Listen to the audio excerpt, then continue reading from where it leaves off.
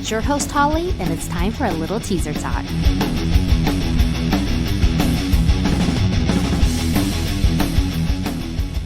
Inkcarceration, America's rock, metal, and tattoo festival with Slipknot. Falling in Reverse, Five Finger Death Punch. Plus Marilyn Manson, 3 Days Grace, Beartooth, Knocked Loose, Lamb of God, Parkway Drive, I Prevail, In This Moment, and so many more. Report to the Ohio State Reformatory on July 18th through 20th, 2025 to face your sentencing. 3 days of rock, tattoos, and the return of the Haunted Blood Prison. Passes for Inkcarceration are on sale now at Inkcarceration.com. Hey, what is up, everyone? Welcome back to another episode of Teaser Talk, where we dive with the artists that you love and the ones that you need to know. Today, I'm hyped, to say the least, to be catching up with a total powerhouse. She's bold, she's fiery, she's lighting up Inkcarceration Festival this year, which is, oh my gosh, what, in like 2 days? Yep. I'm so excited. So from her latest Emberwake EP that she just dropped to explosive new collab with Butcher Babies, ALYXX is bringing the heat, and we are here for it. Welcome to the show, ALYXX. Thank you for having me. That was such a great introduction. Thanks. I told you right before we recorded, I'm so excited. Your music is phenomenal. I love your aesthetics. I love your hair. I love it all. Just like copy and paste this, please. Love it. Thank you. Awesome. So let's first touch on your new EP, Emberwake. So it's such a powerful title. What does that word mean to you, and how does it reflect your journey of this EP?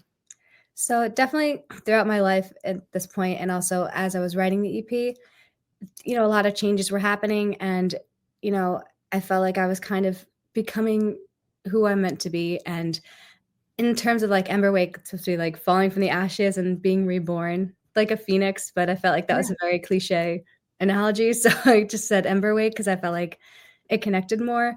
But yeah, the whole thing is just about learning and coming back better and stronger than before. I love it. And I'm sure it was like an emotional journey too, going through that, like bringing it to life. What track would you say challenged you the most emotionally or creatively? I would say emotionally, probably Emptiness, because that was like a very personal song. Mm-hmm. I'd say the one that was most challenging in terms of like mixing was Alive. I put way too much stuff in there. I'd overproduced like the shit out of that song. So it was just really hard to like get it perfect. But yeah. That's awesome. You've also have a killer collab with the Butcher Babies. How was creating with that like high energy track together, and how did it all come about? So they did an open verse challenge, and I jumped on it just because I was like, oh, this could be fun. Yeah. And so they give you like the instrumental and then you just write over it. And I didn't think anything of it. I was just like, I've done open verse challenges before, and I was like, whatever. And then I ended up winning it, and I was like, oh my God, this is so cool. So, I had to send over my stems and whatnot to their label and whatnot, have it mixed and mastered by like Howard Benson and his team. And I was like, I'm a huge fan of Howard Benson because I've loved everything he's pretty much done. And 1X is like my favorite album from 3 Days Grace. Mm-hmm. So being able to do that and to like collab with the Butcher Babies, and Heidi is so sweet. So it was just really cool to like be part of that and hear my voice with them. Yeah, no, that's awesome. What a cool like story of like how that came to be.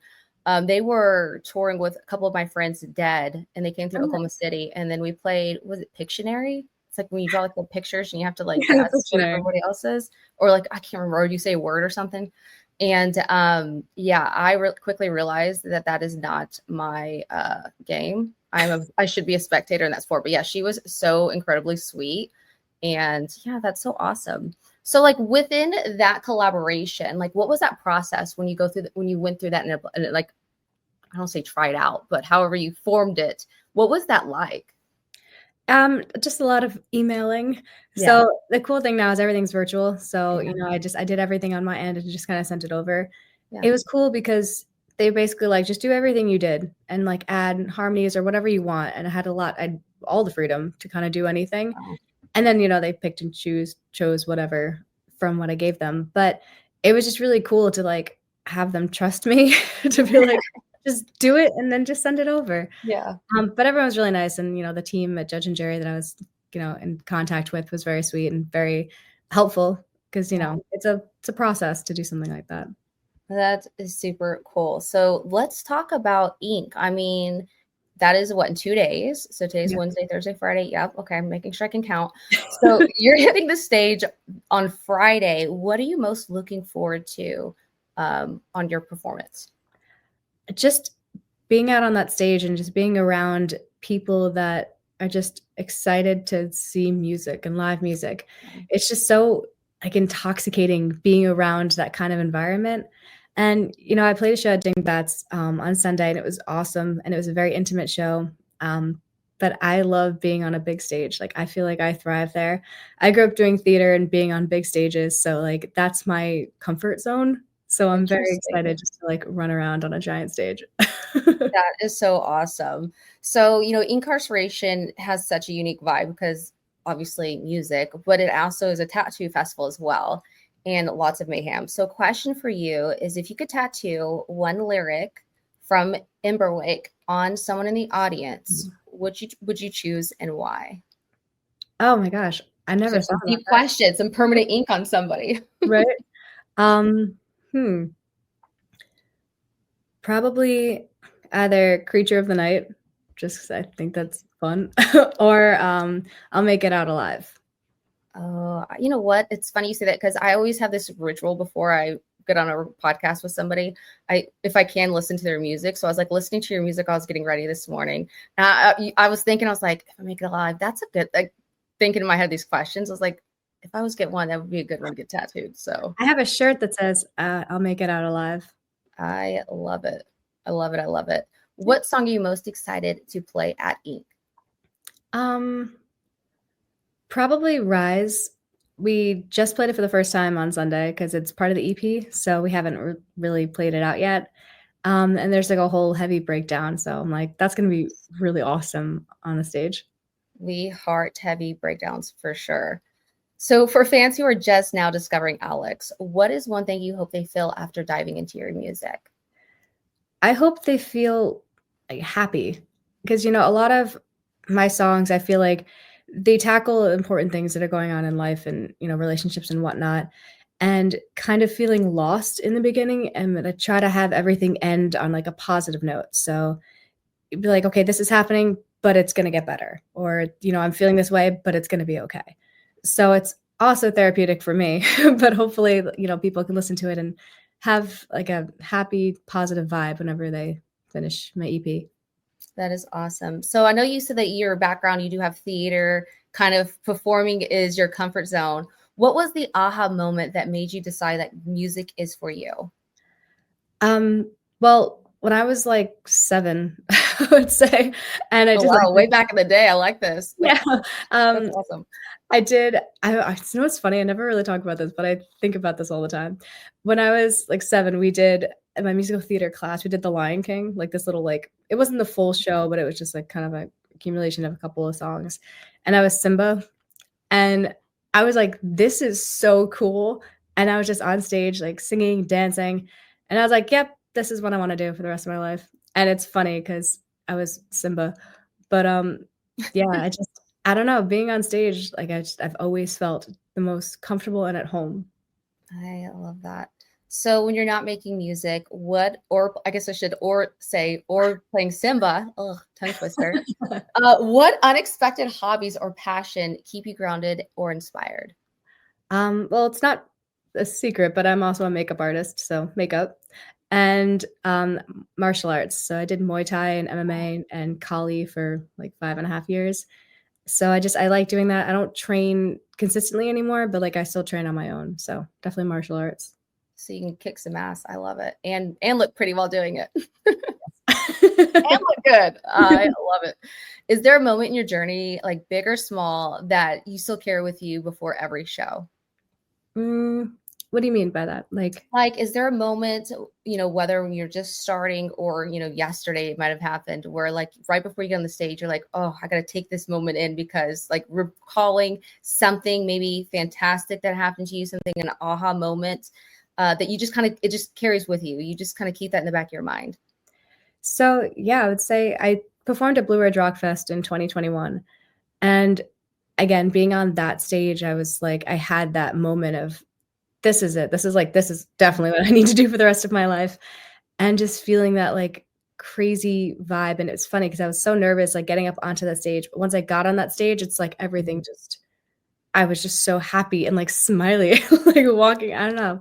I had such a good moment. And on Sunday, right before my show, I had literally just breathed in and I just was getting so happy and like smiling. And I was like, this is it. Like, this is what I need to do for the rest of my life. I absolutely love that. Like, you know, because a lot of people, they're like, oh, the first time I choked, the first time I was so nervous or something crazy. You had like the complete opposite. So it is very much apparent that you belong on a stage, entertaining and serenading us in the crowd. If your younger self could hear Emberwake today, what do you think she would say?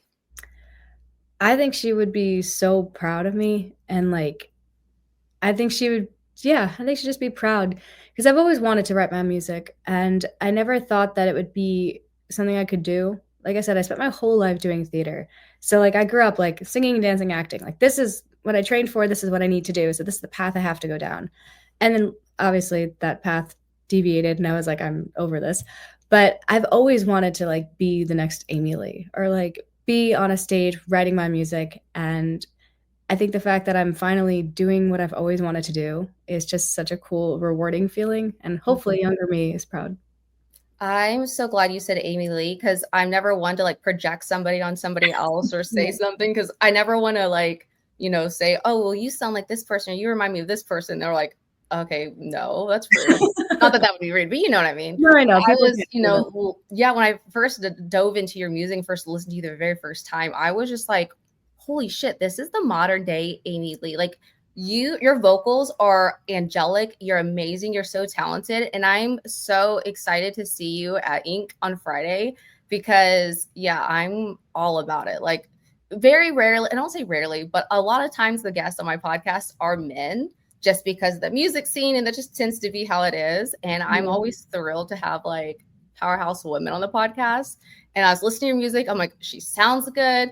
She is good. I can't wait to chat. But yeah, absolutely. I would say for those who are listening to the podcast, if you guys haven't heard any of ALYXX's music, well, after this podcast, go to her Spotify or whatever you listen to and listen to it.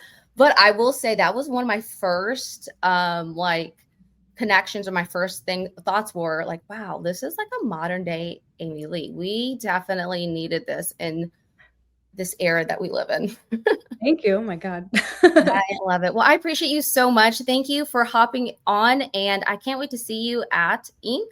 I'm sure we will cross paths in the media or the artist lounge at some point in time. So I'll make sure to say hi and squeeze your neck. But yeah, thank you so much for hanging out with us today on Teaser Talk. From the fire in Emberwake to the madness that you're about to unleash at Inkcarceration, we're locked in and we are so ready for it. And for those who are heading out to Ink this year, don't sleep on her sets. You go on Friday, right? So make sure you catch her Friday. Get on your app. Make sure you favorite it, heart it, however you bookmark it. And also, while you guys are on your phones, hop over to social media. Make sure you guys follow ALYXX, stream her new EP, and we will catch you guys in the pit. Until next time, you guys, keep rocking.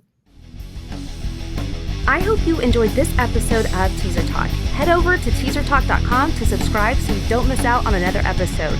Until next week, keep rocking.